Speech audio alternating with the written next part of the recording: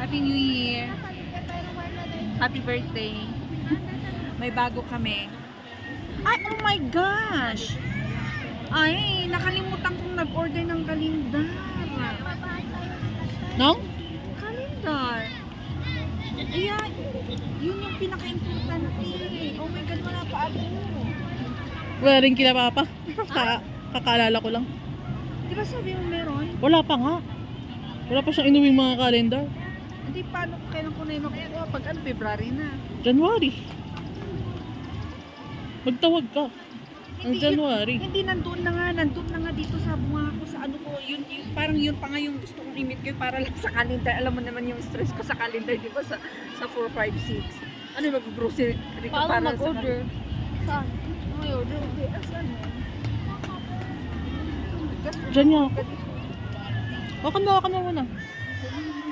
Hawakan mo. Ang lang, agam, nabubuyo ko.